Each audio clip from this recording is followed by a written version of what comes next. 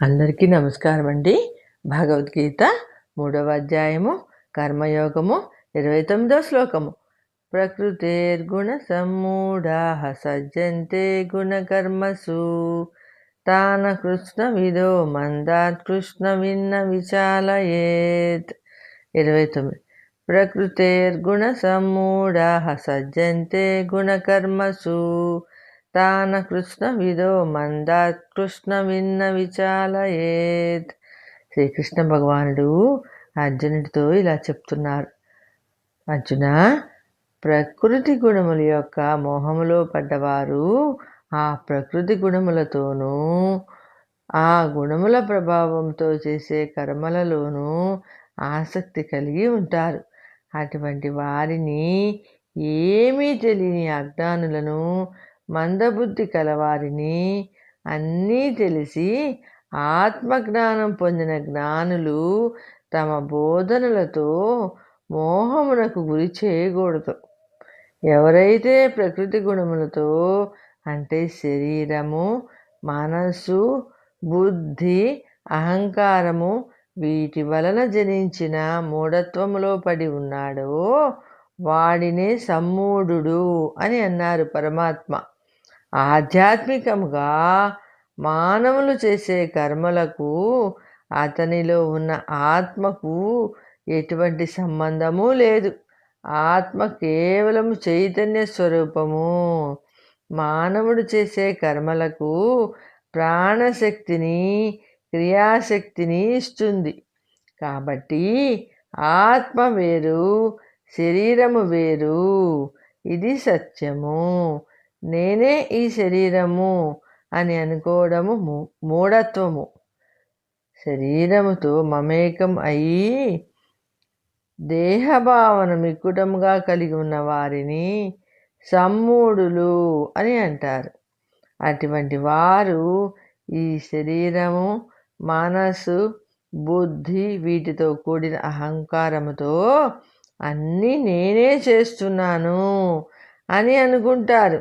ఈ ప్రకృతిలో కనపడే వస్తువులు అన్నీ నిజమని నమ్ముతుంటారు.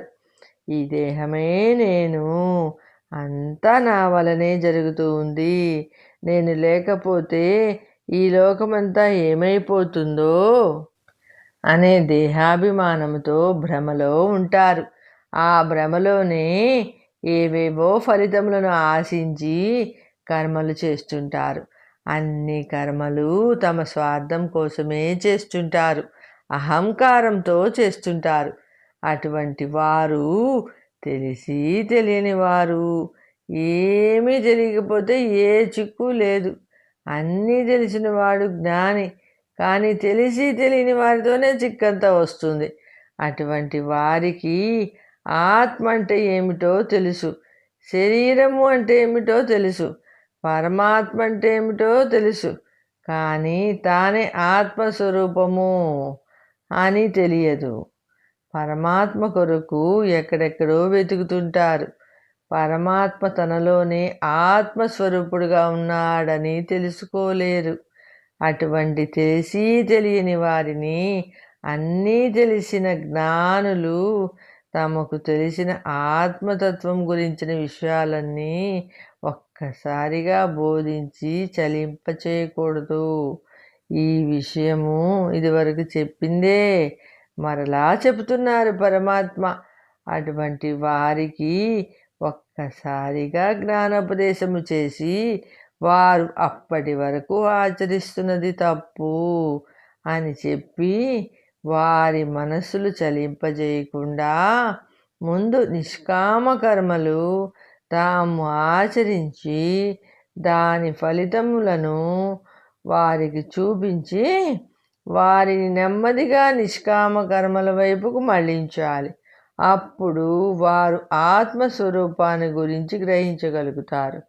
చంచలమైన ప్రాపంచిక సుఖములను వదిలిపెట్టి శాశ్వతమైన ఆత్మానందం వైపుకు మళ్ళుతారు. ఎందుకంటే వారు సామాన్యులు కారు, బాగా చదువుకున్నవారు, పండితులు.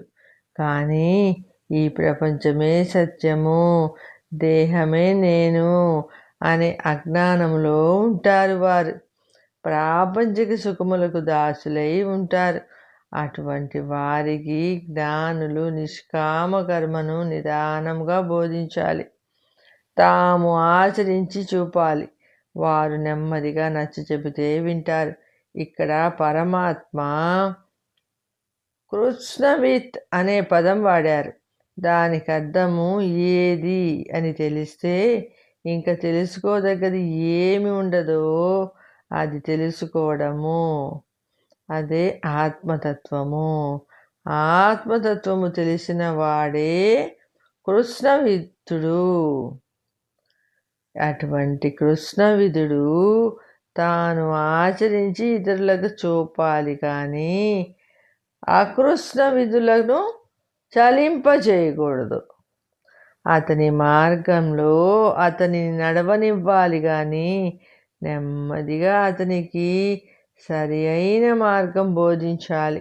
ముందు తను ఆచరించి అతనితో ఆచరింపచేయాలి. లేకపోతే అతడు తాను చేసేది చేయడము, నువ్వు చెప్పేది చేయడం చేతకాదు, రెండిటికి కొరగాకుండా పోతాడు.